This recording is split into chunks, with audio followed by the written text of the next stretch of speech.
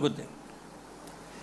కొంతమంది పిల్లలు ఏం చేస్తారంటే అలాంటి పని చేసినప్పుడు మనం మెచ్చుకోపోతే కనుక కోపం వచ్చి డస్ట్బిన్లో కాగితాలు కూడా రూమ్లో పడేసే అవకాశాలు ఉంటాయి. ఇది పిల్లల తత్వం కాదు, మనందరి తత్వం కూడా కాదు.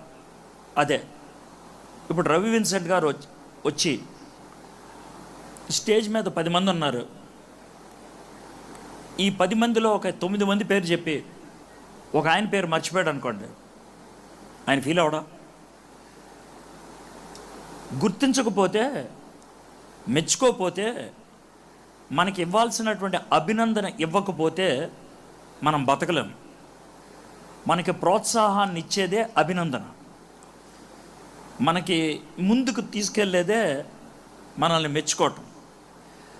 దావీదుకి చిన్నప్పుడు మెప్పు అనేది కొదువైంది.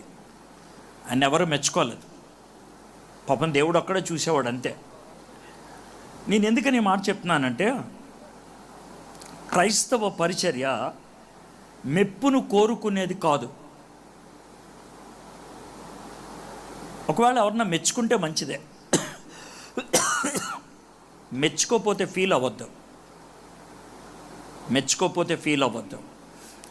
మెప్పు మనకి బయట ప్రపంచంలో ప్రోత్సాహాన్ని ఇస్తుంది, కానీ పరిచర్యలో ఇతరులు మెచ్చుకుంటే ప్రోత్సాహాన్ని ఇస్తుంది అని అంటే అది పరిచర్య అవ్వదు. అది పరిస్థితులు ఎలా ఉన్నా, మనం చేసేటువంటి పరిచర్యకి ఎలాంటి ఫలితాలు వస్తున్నా ఏమాత్రం వెనకంజ వేయకుండా ముందుకు వెళ్ళగలిగేదే పరిచర్య. చిన్న వయసులో దావీదు నేర్చుకున్నాడు. అది చాలా చిన్న వయసులో అయిపోయింది. బహుశా తన వయసు 14-15 ఏళ్ళు ఉంటాయి. గొర్రెలు కాసుకుంటూ ఉన్నాడు, ఎవరో అరుచుకుంటూ వచ్చాడు, అరే దావీదు